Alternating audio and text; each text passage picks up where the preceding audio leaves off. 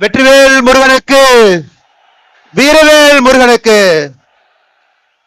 அன்பு சொந்தங்களே, இந்து சொந்தங்களே, நாம் யாரும் கூட நிச்சயமாக பயப்பட தேவையில்லை. காரணம், வருண பகவான் இன்னும் ஒரு 1.5 மணி நேரத்துக்கு நம்மளை சோதிக்க போவது கிடையாது. இது மலை துளிகள் என்று சொல்வதை விட இது கண்ணீர் துளிகள்.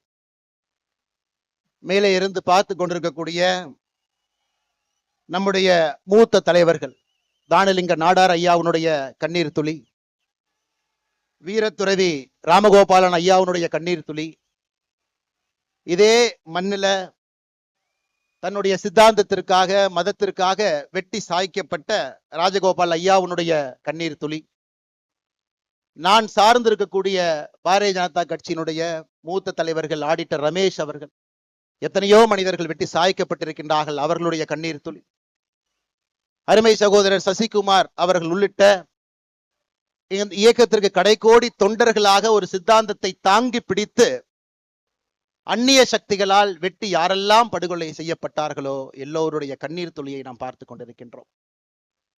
இவ்வளவு பெரிய ஒரு கூட்டம், எழுச்சியான ஒரு கூட்டம், ஒரு மதத்தை சார்ந்தவர்கள், வாழ்வியல் முறையை பின்பற்றக்கூடியவர்கள், நம்முடைய நிலத்தினுடைய கடவுள் தமிழ் கடவுள் முருகபெருமானை மையமாக வைத்து மதுரை மாநகரத்தில் சங்கமித்து இந்து முன்னணி அவர்கள் ஏற்பாடு செய்திருக்கக்கூடிய இந்த கூட்டத்திலே நாம் எல்லாம் பங்கேற்றுக் கொண்டிருக்கின்றோம். இது ஒரு சாதாரணமான ஒரு கூட்டம் இல்லைங்க. ஒரு இனம் தன்னுடைய குரலை உரக்க சொல்லிக் கொண்டிருக்கிறது, தன்னுடைய உரிமையை நிலைநாட்ட வேண்டும் என்று விரும்புகிறது, தன்னுடைய வாழ்வியல் முறையை யாரும் தொந்தரவு செய்யக்கூடாது என்று ஏங்கிக் கொண்டிருக்கிறது. அப்படிப்பட்ட இந்து சமுதாயத்தினுடைய இனத்தினுடைய சொந்தங்கள் எல்லோரும் இங்கே வந்திருக்கின்றீர்கள். பெரியவர்கள், தாய்மார்கள், சாது சன்னியாசிகள், எல்லா மடத்தினுடைய பாரம்பரியம் மிக்க மடத்தை தாங்கி பிடிக்கக்கூடிய ஆன்மீகவாதிகள் ஐயா எல்லாரும் மேடையில் இருக்கிறாங்க. RSS பேரியக்கத்தினுடைய மூத்த முன்னோடிகள் மேடையின் மீது இருக்கின்றார்கள். இந்து முன்னணியினுடைய தலைவர் அண்ணன் காடேஸ்வர சுப்பிரமணியம் அவர்கள் இருக்கின்றார்கள். நான் சார்ந்திருக்கக்கூடிய பாரதிய ஜனதா கட்சியினுடைய தலைவர் அன்புக்குரிய அண்ணன் நயினார் நாகேந்திரன் அவர்கள், எல்லா மூத்த தலைவர்கள் மேடையின் மீது இருக்கின்றார்கள். மிக முக்கியமாக இந்த நிகழ்ச்சிக்காக தன்னுடைய பொறுப்பை எல்லாம் விட்டுவிட்டு, இதுதான் என்னுடைய முதல் பொறுப்பு, எங்கே சனாதன தர்ம பிரச்சனைக்கு உள்ளாக்கப்படுகிறதோ அங்கே நான் இருப்பேன் என்று சொல்லி இந்த நிகழ்வுக்கு ஆந்திரா மாநிலத்தினுடைய துணை முதல்வர் அண்ணன் பவன் கல்யாண் அவர்களும் கூட இங்கே நம்மோடு வந்து நின்று கொண்டிருக்கின்றார். அருமை சொந்தங்களை, ஒரே ஒரு நிமிஷம் யோசிச்சு பாருங்க. உலகத்துல யூதர்கள், ஜூஸ், மொத்த மக்கள் தொகையில வெறும் 0.2 விழுக்காடு இருக்கிறாங்க. 0.2 விழுக்காடு. அவர்களுடைய வாழ்வியல் முறையை தொந்தரவு செய்வதற்காக வெறும் 0.2 விழுக்காடு இருக்கக்கூடிய ஒரு இனம் 4 நாடுகளோடு சண்டை போட்டு நின்று கொண்டிருக்கின்றார்கள். 4 நாடுகளோடு. அந்த ஊர்ல இன்னைக்கு போய் நீங்க பாத்தீங்கன்னா அங்க இருக்கக்கூடிய குழந்தைகள் எல்லாம் பள்ளிக்கூடத்தை மொத்தமாக மூடி இருக்கின்றார்கள். ஹாஸ்பிட்டல் எல்லாமே கீழே கொண்டு போயிட்டாங்க, அண்டர் கிரவுண்டுக்கு. அந்த நாட்டை ஆளக்கூடிய தலைவர்கள் இதற்காகத்தான் மக்கள் எங்களுக்கு வாக்களித்திருக்கின்றார்கள், என்னுடைய வாழ்வியல் முறையை யார் தவறு செய்தாலும், வாழ்வியல் முறைக்கு தொந்தரவு செய்தாலும் எதிர்த்து நிற்போம் என்று இஸ்ரேல் நாடு நின்று கொண்டிருக்கிறது. இன்னொரு பக்கம் அமெரிக்காவை பாருங்க. நேற்று அவர்களுடைய விமானம் 37 மணி நேரம் தரையிலே படாமல் பறந்து வந்து இன்னொரு நாட்டின் மீது குண்டை வீசிவிட்டு திரும்ப சென்றிருக்கின்றார்கள். உலகம் முழுவதும் பார்க்கிறோம். ஆனா இந்தியால ஆபரேஷன் சிந்தூர் நடத்தப்பட்டால் சில மனிதர்களுக்கு பிரச்சனை. அதை நாம் நல்லா புரிஞ்சுக்கணுங்க ஐயா.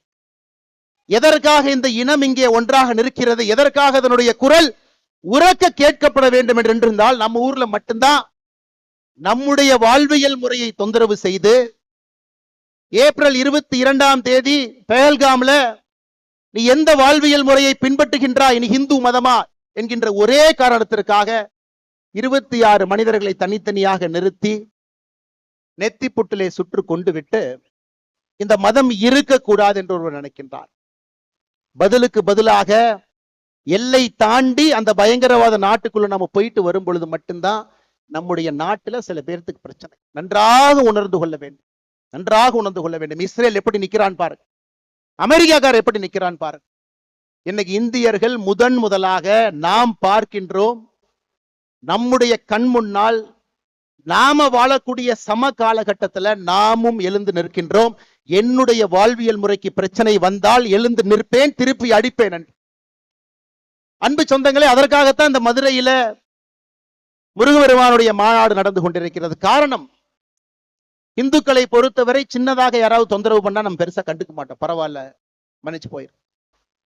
பெரிதாக தொந்தரவு செய்தாலும் கூட அதையும் கண்டுக்க மாட்டோம், மன்னிச்சு போயிரும் சொல்லுவோம். ஆனா இன்னைக்கு அதையெல்லாம் தாண்டி நம்முடைய வாழ்வியல் முறைக்கு தொடர்ச்சியாக பிரச்சனைகள் வந்து கொண்டே இருக்கிறது. இந்து என்பதற்காக நான் ஏற்கனவே சொன்னதை போல நம்முடைய கடைக்கோடி தொண்டர்கள் கொல்லப்படுகின்றார்கள். இந்த மதத்தை பின்பற்றினா மட்டும் நம்முடைய வாக்கை பெற்று அரசியல்வாதிகளாக அதிகாரத்தில் இருக்கக்கூடியவங்க கோவில் இப்படி இருக்கும், கூம்பு மாதிரி இருக்கும் அசிங்கப்படுத்துறாங்க. இந்து மக்கள்கிட்ட ஒற்றுமை எப்பொழுதும் வராது என்கின்ற தைரியத்துல அரசியல்வாதிகள் இன்னும் பழைய அரசியலை செய்து கொண்டிருக்கின்றார்கள். அதையெல்லாம் உடைத்து காட்ட வேண்டும். என்னுடைய கோவில்கள் பாதுகாக்கப்பட வேண்டும். எங்களுடைய வாழ்வியல் முறையில் எந்த பிரச்சனையும் வரக்கூடாது. எங்களுடைய குழந்தைகள் தைரியமா ஒரு ஸ்கூலுக்கு போனா கூட திருநூறு வச்சுட்டு போகணும். எங்களுடைய குழந்தைகள் இன்னைக்கு வட தமிழ்நாட்டில் ஒரு ஸ்கூலுக்கு போனா கூட ருத்ராட்சி கொட்டையை வெளியே அணிந்து கொண்டு செல்ல வேண்டும். இதெல்லாம் இன்னைக்கு மக்களுக்கு ஏற்படக்கூடிய பிரச்சனையாக இருக்கிறது. அன்பு சொந்தங்கள், அதற்கெல்லாம் இந்த முருகர் மாநாடு தேவைப்படுகிறது. ஒரு பக்கம் எழுச்சி, ஆளுகின்ற ஆட்சியாளர்களுக்கு எச்சரிக்கை மணி. 5 லட்சம் பேர் மதுரையில காசு கொடுக்காம கொள்கைக்காக மழை வரும் என்று தெரிந்தும் கூட்டம் அதிகமாக இருக்கும். அதுல என்னைய மதிப்பாங்களா? கடைக்கோடியில் உட்கார்ந்து இருக்கிற நான் விஐபியா? எனக்கு சேர் கொடுப்பாங்களா? எந்த கேள்வியும் இல்லாம இது என்னுடைய மாநாடு, என்னுடைய வாழ்வியல் முறையை காக்கக்கூடிய மாநாடு என்று வந்திருக்கின்றீர்கள். இதிலே எச்சரிக்கை மணி அங்க போகும். முருகபெருமான் நல்லா பாருங்க, 6 படை சாதாரணமான வீடுகள் இல்லைங்க. நல்லா பாருங்க, எல்லா வீடுகளுக்கும் ஒரு தன்மை, அறிவு, ஞானம். பழனி என்னுடைய தந்தைக்கே நான் ஒரு தாரக மந்திரத்தை சொல்லி கொடுக்கிறேன், அதற்கு ஒரு வீடு. திருமணம் செய்து கொண்டு இல்லற வாழ்க்கையிலே அமைதியாக இருப்பேன், அதற்கும் ஒரு வீடு. நல்லா யோசிச்சு பாரு. என தேவையில்லாம பிரச்சனை பண்ணினா சூரசம்ஹாரம் பண்ணிடுவேன், அதற்கும் ஒரு வீடு. சூரசம்ஹாரம் செய்துவிட்டு அமைதியாக திருத்தணியில போய் இருப்பேன், அதற்கும் ஒரு வீடு. ஆளுகின்ற ஆட்சியாளர்கள் முருக பக்தர்களை எந்த வீட்டிலே வைத்து பார்க்க வேண்டும் என்று இந்த மாநாடு மூலமாக அவர்களுக்கு தெரியும். முதல் வீடு திருப்பரங்குன்றத்துக்கே நீ பிரச்சனை ஏற்படுத்தினா ஒரு வீடாக சென்று சூரசம்ஹாரம் செய்துவிட்டு மறுபடியும் அமைதியாக திருத்தணிக்கு போயிரும். அப்படிங்கிற மாதிரி தாங்க அந்த மாநாட்டில் ஒரு பெரிய செய்தியை நாம் சொல்லி இருக்கின்றோம். என்னுடைய வாழ்வியல் முறையில தலையிடாத, ஏன்னா நம்ம யாருக்குமே தொந்தரவு பண்ணல. இன்னைக்கு உலகத்தில் இருக்கக்கூடிய எல்லா மதத்தையும் பாருங்க ஐயா, எத்தனை கோடி மனிதர்கள் எந்த மதத்தை பின்பற்றாங்க பாருங்க. கிறிஸ்தவ மதம் 230 கோடி, கிறிஸ்தவ மதம் 200 கோடி, இந்து மதம் 120 கோடி. இதுல ஆச்சரியம் என்னன்னாங்க, 190 கோடி பேர் இந்த உலகத்துல எந்த மதத்தையும் பின்பற்றாம இருக்கிறாங்க, அன்அஃபிலியேட்டட்ங்கறாங்க. 230 கோடி கிறிஸ்தவர்கள் இருக்கிறாங்க, 200 கோடி இஸ்லாமியர்கள் இருக்கிறாங்க. 190 கோடி பேர் எந்த மதத்தையும் சாராதவர்கள், இந்து மதத்தை சார்ந்தவங்க 120 கோடி. எத்தனை நாட்டில் இருக்காங்கன்னு பாருங்க. இந்த மதத்தை பின்பற்றக்கூடியவங்க எத்தனை நாட்டில் இருக்காங்க? கிறிஸ்தவ மதத்தை பொறுத்தவரை 120 நாடுகள்ல அவங்க பெரும்பான்மை. இஸ்லாமிய மதத்தை பொறுத்தவரை 53 நாடுகள் அவர்கள் பெரும்பான்மை. அன்அஃபிலியேட்டட், எந்த மதத்தையும் சாராதவன் 10 நாடுகள்ல அவர்களும் பெரும்பான்மை. ஆனா நான் இந்து மதத்தை சார்ந்தவன், 2 நாடுகள்ல மட்டும்தான் நாம் பெரும்பான்மையாக இருக்கின்றோம். இரண்டாவது, இந்த மாநாட்டினுடைய முக்கியமான நோக்கம், ஒரு இந்துவுக்கும் இந்த எழுச்சி இருக்கணுங்க ஐயா, ஒருத்தருக்கு இருக்கணும். முன்னோர்கள் எப்படி இந்த வாழ்வியல் முறையை கட்டி காத்து பத்திரமாக நம்ம கிட்ட கொடுத்துட்டு போனாங்களோ, அதே மாதிரி பத்திரமாக பாதுகாத்து நம்முடைய சந்ததியருக்கு நம்ம கொடுக்கிறோமா அப்படிங்கிற கேள்வியை எழுப்புவதற்கும் இங்கே முருகர் மாநாடு மதுரையில் நடந்து கொண்டிருக்கிறது. அன்பு சொந்தங்களே, யாருக்கோ பிரச்சனை, எனக்கு இல்ல, அந்த பிரச்சனை நமக்கு வரும். எங்கேயோ கோயில் அடிக்கிறாங்க, எனக்கு பிரச்சனை இல்லை, நமக்கு வரும். யாரோ திருச்செந்தூர்ல கியூல போய் நிக்கிறவங்க மயங்கி விழுந்து சாகுறாங்க, பிரச்சனை நமக்கு வரும். எங்கேயோ கட்டணம் வசூல் பண்றாங்க, நமக்கு அது வரும். 6 படை வீடுகள், 5 லட்சம் பேர் கடந்த 4-5 நாட்கள்ல. நேத்து மட்டுமே 1.25 லட்சம் பேருங்க. 6 படையில் இருக்கக்கூடிய முருகபெருமானையும் இங்க வந்து அமைதியாக இந்து முன்னணியினுடைய வாலண்டியர்ஸ் மட்டுமே நின்று, ஒரு காவல்துறை அதிகாரி இல்லைங்க, அமைதியாக தரிசிச்சுட்டு போறாங்க. ஆனா ஆறுபடையில் இருக்கக்கூடிய ஏதாவது ஒரு கோயிலுக்கு 50 ரூபாய் 100 ரூபாய் 500 ரூபாய் கொடுக்காம நீங்க சாமி இந்த மாதிரி பார்க்க முடியுமா? கேட்டு பாருங்க. இது நம்முடைய வாழ்வியல் முறையில் இருக்கக்கூடிய பிரச்சனையை நாம் தட்டி கேட்கின்றோம். எதற்கு தமிழகத்தில் 2 சட்டங்கள் இருக்கிறது? இந்துவுக்கு ஒரு சட்டம், இந்து மதத்தை சாராதவர்களுக்கு இன்னொரு சட்டம். எதற்கு என்பதை கேட்பதற்காக மதுரை மண்ணில் என்று கொண்டிருக்கின்றோம். அன்பு சொந்தங்களே, ஏதோ இந்த மாநாடு எலெக்ஷனுக்காக இந்து முன்னணியினுடைய பெரியவர்கள், அவர்களுக்கும் அரசியலுக்கும் சம்பந்தம் இல்லை. எனக்கு தெரியும் 2026 தேர்தலுக்கு இது சம்பந்தம் இல்லை என்றாலும் கூட மக்களுக்கு நிதி வேண்டாம், சாமி வேண்டும் என்பதை முடிவு செய்து விட்டார்கள். மக்கள் முடிவு பண்ணிட்டாங்க, யாரு சாமி யாரு நிதி நீங்க முடிவு பண்ணி. அதனால இது அரசியலுக்காக கிடையாது. இது ஒரு மிக முக்கியமாக நாம் இந்த கூட்டத்திலே ஒன்றாக சேர்ந்திருப்பது நம்முடைய வாழ்வியல் முறையை மீட்டெடுப்பதற்காக, கேள்வி எழுப்புவதற்காக. இந்த ஒரு தீர்மானமுமே நம்முடைய வாழ்வியல் முறையை தட்டி எடுப்பதற்காக. அதனால்தான் அருமை சொந்தங்களே, நாம் இன்றிலிருந்து கேள்வி கேட்க ஆரம்பிக்க வேண்டும். ஒரு பிரச்சனை என்றால் தட்டி கேட்கணுங்க ஐயா. நம்ம கண்டிப்பா பேசுறோம். தமிழகத்திலே 44,000 ஆலயங்கள், 44,000 தமிழ்நாடு அறநிலைத்துறை கீழ் இருக்கு. எப்ப வந்துச்சு பாருங்க, 1925 போர்டா வந்துச்சு, என்டோமென்ட் போர்டாக. 1951 சட்டமாக வந்துச்சு. 5,25,000 ஏக்கர் இருக்கக்கூடிய ஒரு அரசு இயந்திரம். 44,000 கோவில்கள் நிர்வாகம் செய்யப்படுகின்றது. 1000 ஆண்டுகளுக்கு மேல பழமையான கோவில்கள் மட்டும் 344 கோவில்கள் அறநிலைத்துறையினுடைய கட்டுப்பாட்டில் இருக்கு. எங்கேயாச்சும் ஒரு இடத்துல ஒழுக்கமாக அறநிலைத்துறையினுடைய செயல்பாடு இருக்கான்னு நீங்க கேட்டுப்பாரு. பணம் இருப்பவனுக்கு ஒரு மாதிரி, பணம் இல்லாதவருக்கு ஒரு மாதிரி. கேள்வி கேட்டுப்பாரு. அதையெல்லாம் மாற்ற வேண்டும். ஒரு புதுவிதமாக ஆன்மீகத்தை முன்வைத்து நடக்கக்கூடிய ஒரு ஆட்சி மட்டுமல்ல, ஆன்மீகத்தை முன்வைத்து இந்த சமுதாயம் தன்னை வழிநடத்தி கொள்ள வேண்டும் என்பதற்காக இந்த முருகர் மாநாடு நடந்து கொண்டிருக்கிறது. அன்பு சொந்தங்களே, அதனால இங்க வந்திருக்கக்கூடிய எல்லோருமே முருக பக்தர்களாக வந்திருக்கிறீங்க. ஆனா போகும் பொழுது வீர பாகுவாகவும் நாங்க போறோம் அப்படிங்கிறத மறந்துடக்கூடாதுங்க.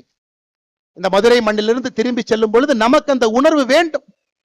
230 கோடி கிறிஸ்தவர்கள் என்று சொன்னேன். கடந்த 10 ஆண்டுகள்ல கிறிஸ்தவ மக்கள் தொகை உலக அளவுல 12 கோடி உயர்ந்திருக்கிறது. 200 கோடி இஸ்லாமியர்கள் என்று சொன்னேன். கடந்த 10 ஆண்டுகள்ல இஸ்லாமியர்களுடைய மக்கள் தொகை 35 கோடி உயர்ந்திருக்கிறது.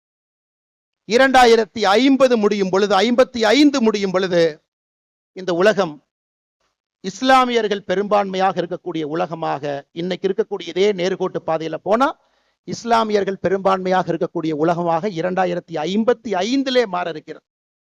இன்னைக்கே கிறிஸ்தவர்ல பாருங்க, ஐரோப்பாவில் இருக்கக்கூடிய மொத்த கிறிஸ்தவர்களை விட வட ஆப்பிரிக்காவில் இருக்கக்கூடிய கிறிஸ்தவர்கள் அதிகம். More number of Christians are in northern part of Africa than in the whole of Europe. அதையெல்லாம் நாம் புரிந்து கொள்ள வேண்டும். நம்முடைய கலாச்சார சின்னங்கள் எங்கேயும் யாரும் அழிக்க கூடாது. ஒருவர் கூட மதம் மாறக்கூடாது. மதம் மாறினவங்களை திரும்பி கொண்டு வர வேண்டும். 120 கோடி இருக்கக்கூடிய உலகத்துல இன்னைக்கு 4வது பெரும்பான்மை சமுதாயமாக இருக்கின்ற நம்முடைய சமுதாயம் தொடர்ந்து இதே போல இருக்கணும். காரணம், இன்னைக்கு தமிழகத்தினுடைய அரசியல் களத்துல பாத்தீங்கன்னா தமிழ் வேறு, ஆன்மீகம் வேறு, இலக்கியங்கள் வேறு என்று பிரித்திருக்கின்றார்கள். ஆனா நம்ம ஊர்ல அப்படி பிரிக்க முடியாது. எந்த மொழிக்கும் இல்லாத ஒரு பெருமை நமக்கு மட்டும்தான் இருக்கு. தமிழும் ஆன்மீகமும் இலக்கியமும் ஒன்றாக இருக்கக்கூடிய ஒரே கலவையாக இந்த வாழ்வியல் முறை இருக்கு. இன்னைக்கு கந்தர் சஷ்டி கவசம் நம்ம பாடுறோங்க, 20 நிமிஷம் நம்ம பாட போறோம். இது முருகனுக்காக பாடக்கூடிய ஒரு பாட்டா? கேள்வி நம்பர் 1.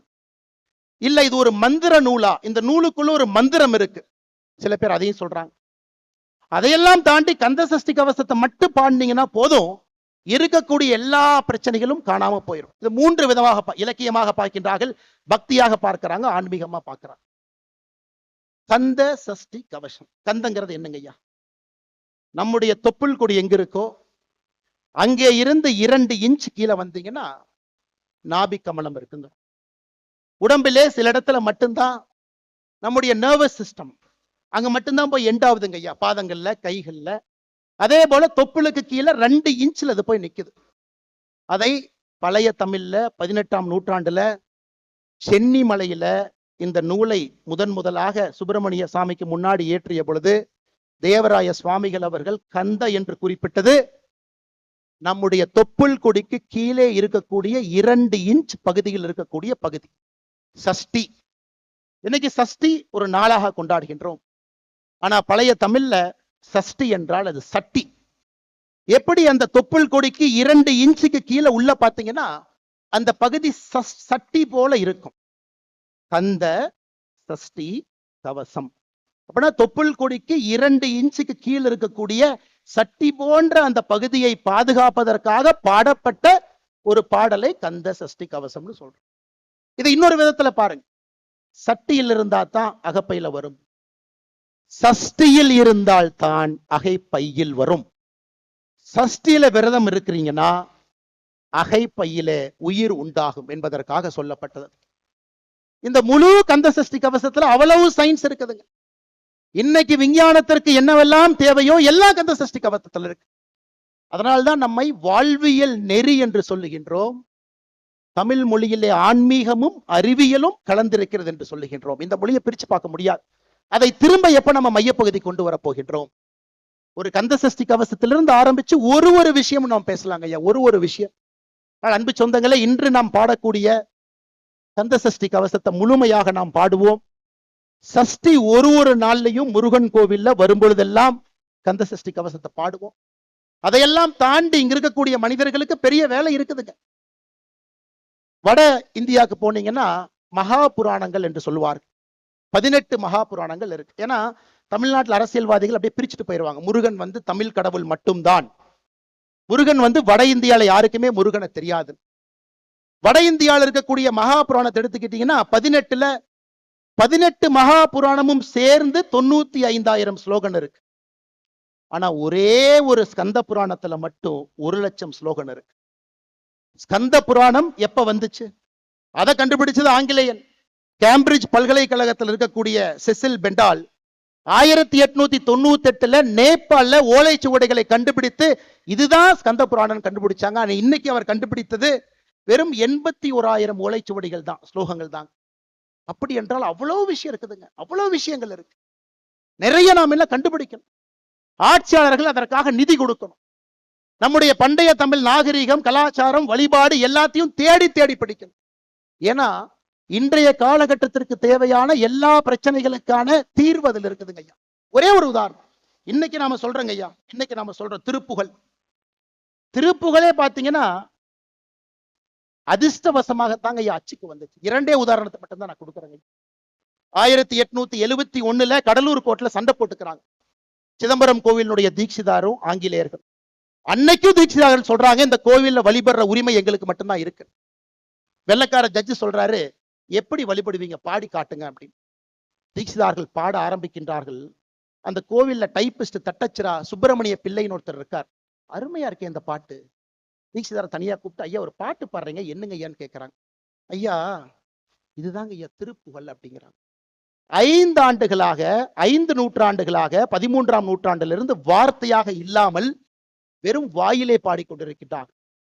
அதை கேள்விப்பட்டோடனே சுப்பிரமணிய பிள்ளை அங்கேயே தன்னுடைய வேலையை விட்டு அவர் உட்கார்ந்து திருப்புகளை அச்சில ஏத்துறாங்க. இந்த மாதிரி பல விஷயங்கள் இதெல்லாம் ஒளிஞ்சு கிடக்குதுங்க ஐயா, அவ்வளவு இடத்துல இருக்கு. 5400 ஆண்டுகள் பழமையான தமிழினம் என்று சொல்லுகின்றோம். ஆனால் 5400 ஆண்டுகளாக எப்படி வாழ்ந்தார்களோ அதுபோல் வாழ்வதற்கு அரசியல்வாதிகள் நம்மை விடுவார்களா என்கின்ற கேள்வியும் நாம கேட்போம். அதுதான் அருமை சொந்தங்களே, இது போன்ற மாநாடுகள் இன்னும் நடந்து கொண்டே இருக்கும். ஒரு பிரச்சனை வரும் பொழுதெல்லாம் நாம் ஒன்று சேருவோம். அதைவிட முக்கியம் எதற்காக ஒன்று சேருகின்றோம் என்பது முக்கியம். நம்முடைய இனத்தினுடைய அடையாளத்தை தைரியமாக தீர்க்கமாக வெட்ட வெளியில அதை நாம் வெளிப்படுத்த வேண்டிய கட்டாயம் இருக்கு. யாருக்கும் நாம் எதிரி கிடையாது. 2 நாடுகள்ல மட்டும் பெரும்பான்மையாக இருந்தாலும் கூட நம்ம யாருக்கும் எதிரி இல்லைங்க. அதை தைரியமா நீங்க காட்டுங்க. நேத்து திருப்பரங்குன்றத்தில் அரசியல்வாதி ஒருத்தர் வர்றார், இன்னைக்கு எம்பியா இருக்கார், ஒரு முக்கிய கட்சியினுடைய தலைவர். கோவில்ல சாமி கும்பிட்டு வர்றார் 4 நாட்களுக்கு முன்பு. ஒரு அம்மா செல்ஃபி கேட்கிறாங்க. நெத்தியில் இருக்கக்கூடிய திருநூரை அழித்து விட்டு புகைப்படம் எடுத்து அந்த அம்மாவை அனுப்பி வைக்கிறாங்க. இவர்கள் ஓட்டு பிச்சை எடுக்க நம்மிடம் 2026 தேர்தலில் வருவாங்க. அன்னைக்கு கோயிலுக்கு போவாங்க. அன்னைக்கு நம்மை பற்றி நன்றாக சொல்லுவாங்க. அதை எல்லாம் நம்ம உணர்ந்துக்கணும். இந்துக்கள் நன்றாக உணர்ந்து கொள்ள வேண்டும். நாம் யாருக்கும் எதிரி இல்லை. நம்மை எதிரியாக நினைப்பவர்களுக்கு நாம் எதிரி என்பதிலே மிக மிக மிக தெளிவாக இருக்க வேண்டும் அன்பு சொந்தங்கள். அது மட்டும் இல்லாம இன்னைக்கு பாருங்க, உலகத்தில் இருக்கக்கூடிய எத்தனையோ நகரங்கள் அழிந்து கொண்டிருக்கிறது. டெட்ராய்ட் ஒரு காலத்துல உலகத்தில் இருக்கக்கூடிய ஆட்டோமொபைல் அங்க இருந்தாங்க வந்துச்சு. 10 ஆண்டுகள் அமெரிக்காவில் டெட்ராய்டினுடைய மக்கள் தொகை மட்டுமே 25 விழுக்காடு குறைஞ்சிருக்கு. அப்ப எந்த நகரங்கள் செழிப்பா இருக்குன்னு பாத்தீங்கன்னா கோவிலை சார்ந்த நகரங்கள் மட்டும்தான் செழிப்பா இருக்கு. யுஎஸ்ல அட்லாண்டிக் சிட்டி கேம்பிளிங்காக ஆரம்பிச்சாங்க, காணாம போயிருச்சு. டெட்ராய்ட் மேனுஃபேக்சரிங்காக ஆரம்பிச்சாங்க, காணாம போயிருச்சு. ஆனா கோவில்களை சார்ந்து இருக்கக்கூடிய நகரத்தை பாருங்க, மதுரை முதல் சங்கம், இடைச்சங்கம், கடை சங்கம், 4வது சங்கத்தை தாண்டி நின்று கொண்டிருக்கிறது பாருங்க. கோவில்கள் எங்கே எல்லாம் இருக்கின்றதோ அந்த நகரத்தை ஒரே நிமிஷம் கூர்மையா பாருங்க. காசிய பாருங்க, உஜ்ஜயின பாருங்க. தமிழகத்துல கோவிலுக்காங்க பஞ்சம். 44,000 கோவில்கள் என்று சொல்லுகின்றோம். அதையெல்லாம் தாண்டி எத்தனை இலக்கியங்கள், எத்தனை கோவில்கள் ஏற்றப்பட்டிருக்குன்னு மட்டும் ஒரு நிமிஷம் யோசிச்சு பாருங்க ஐயா. ஒரே நிமிஷம் யோசிச்சு பாருங்க. திருப்புகழ் பாடல் பெற்ற தலங்கள் 120 ஐயா. தேவார பாடல் பெற்ற ஸ்தலங்கள் 274 சிவாலயங்கள். மங்கள சாசனம் பெற்ற 108 திவ்ய தேசங்கள், 33 சக்தி பீடங்கள். எல்லா நகரமுமே ஒரு கோவிலை சார்ந்திருக்கின்ற காரணத்தினால் அந்த நகரத்துக்கு அழிவு இல்லை, அந்த கலாச்சாரத்திற்கு அழிவு இல்லை, அந்த தமிழ் மக்களுக்கு அழிவு இல்லை. இன்னைக்கு இருக்கக்கூடிய திமுக கட்சி அரசியல் பேசக்கூடாது இருந்தும் ஒரு சின்ன விஷயத்தை அரசியலாக பேசவில்லை. 5400 ஆண்டுகள் சந்தோஷம். 5400 ஆண்டுகள். ஏன் 5400 ஆண்டுகள் என்றால் கோவில்களை சார்ந்து இந்த கலாச்சாரம் இருந்ததால் 5400 ஆண்டுகள். இதை நம்ம நல்லா புரிஞ்சுக்கணுங்க ஐயா. அதனால் நம்முடைய கடமை. இன்னைக்கு இந்தியாவில் எத்தனையோ நகரங்கள், ஐயா பவன் கல்யாணம் அவங்க வந்திருக்கிறாங்க. சமீபத்தில் திருப்பதி கோவிலினுடைய சொத்தை எஸ்டிமேட் பண்றாங்க. The total asset of Tirupati temple. Tirupati டெம்பிளை பொறுத்த வரைக்கும் இந்தியாவில் 917 இடத்துல ப்ராப்பர்ட்டி வச்சிருக்கிறாங்க, சென்னை உட்பட. மொத்தமாக அசஸ் பண்ணி பார்த்தா திருப்பதி மட்டுமே 2,47,000 கோடி ரூபாய் சொத்து திருப்பதியில் இருக்கக்கூடிய ஏழுமலையானுக்கு இருக்கு. 2,47,000 கோடி. தமிழ்நாடு அரசினுடைய ஒரு பட்ஜெட்டுங்கிறது 3 லட்சம் கோடிங்க ஐயா. அதனால் ஆன்மீகம் சார்ந்த அரசியல், ஆன்மீகம் சார்ந்த வாழ்வியல் நெறி, ஆன்மீகம் சார்ந்த பொருளாதாரம் வரும் பொழுது மட்டும்தான் முருகன் நிம்மதியாக இருப்பார். முருகன் நிம்மதியாக இருக்கும் பொழுது நாம் நிம்மதியாக இருப்போம். நாம் நிம்மதியாக இருக்கும் பொழுது நம்முடைய கலாச்சாரம் நிம்மதியாக இருக்கும். அன்பு சொந்தங்களே, இதையெல்லாம் நீங்க கொஞ்சம் கவனத்தில் எடுத்துக்கங்க. எவ்வளவு தூரம் வந்திருக்கிறீங்க. போகும் பொழுது வரும் பொழுது எதுவும் நமக்கு நடக்காது. காரணம், எப்பொழுதும் முருகபெருமான் நம்ம கிட்ட இருந்து பார்த்துக்கிட்டே இருக்கிறான். எனக்கு முன்பு சிரவை ஆதீனம் சாமி பேசும் பொழுது ஒரு அற்புதமான கந்தர் அலங்காரத்தை சொல்லிட்டு இதை மட்டும் சொல்லுங்க போதும் என்றார். ஐயாவுடைய அனுமதியோடு மறுபடியும் உங்கள் முன்னாடி நான் சொல்றேன். நாள் என் செய்யும். இன்னைக்கு நாள் சரியில்லை, செவ்வாய்க்கிழமை பண்ணாதீங்க, புதன்கிழமை பண்ணாதீங்க. நாள் என் செய்யும், வினைதான் என் செய்யும். ஒரு வினை என்னதான் பண்ணிரும். என்னை நாடி வந்த கோள் என் செய்யும். சனி பகவான் வந்துட்டாரு, சுக்கர பகவான் வந்துட்டாரு, சூரிய பகவான் வந்துட்டார். கொடும் கூற்று என் செய்யும்.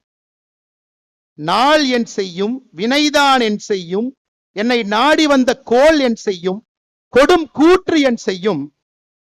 குமரேசர் இரு தாளும் சிலம்பும் சதங்கையும் தண்டையும் சண்முகமும் தோளும் கடம்பும் எனக்கு முன்பே வந்து தோன்றின.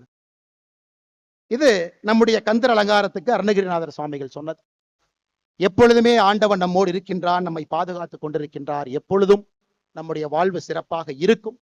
அதனாலதான் பாருங்க, மழை வந்த மழை கூட நின்று இருக்கிறது. ஏன்னா பவன் கல்யாணம் அவங்க பேசி கந்தர் சஷ்டி கவசம் முழுவதுமாக முடிந்து அதன் பிறகு தீபாராத்தனை சாமிக்கு காட்டி நமக்கு காட்டும் வரை மழை வரப்போவது கிடையாது. கண்ணீர் துளிகள் மட்டும் வந்து கொண்டிருக்கும். இப்படிப்பட்ட சிறப்பாய்ந்த ஒரு மாநாடு நடத்தியதற்கு, இந்துக்களை எல்லாம் ஒருங்கிணைத்து காட்டியதற்கு, எத்தனையோ மனிதர்கள் பெயர் தெரியாம இந்த இயக்கத்துல டிராபிக்கை ரெகுலேட் பண்ணிட்டு இருக்கிறாங்க. முன்னாடி இல்லாம ரோட்ல அவ்வளவு பேர் நிற்கிறாங்க. அத்தனை இந்த பேர் இயக்கத்தினுடைய தொண்டர்கள் நின்று கொண்டிருக்கின்றார்கள். பாரதிய ஜனதா கட்சியினுடைய தொண்டர்கள் வந்திருக்கின்றீர்கள். அனைத்து இந்திய அண்ணா திராவிட முன்னேற்ற கழகம் சார்பாக 4 முன்னாள் அமைச்சர்கள் தொண்டர்கள் வந்திருக்கின்றார்கள். சாதாரண பொதுமக்கள் வந்திருக்கின்றார்கள். முருக பக்தர்கள் வந்திருக்கின்றார்கள். அழைப்புதல் வாங்கிய கட்சி தலைவர்கள் எல்லோரும் தங்களுடைய தொண்டர்களை, தலைவர்களை அனுப்பியிருக்கின்றார்கள். அப்படிப்பட்ட சிறப்பு வாய்ந்த மாநாடாக நம்முடைய அக்கா கனிமொழி அவர்கள் சொன்னது போல இன்னி தமிழ்நாட்டில் மதுரை முருகர் மாநாட்டுக்கு முன்பு, மதுரை முருகர் மாநாட்டுக்கு பின்பு என்றுதான் அரசியல் சரித்திரம் இருக்கும். அதை நடத்தி காட்டியதற்காக என்னுடைய மனமார்ந்த வாழ்த்துக்களையும் நன்றிகளையும் தெரிவித்துக் கொள்கின்றேன். நன்றி, வணக்கம். பாரத் மாதா கி ஜெய்.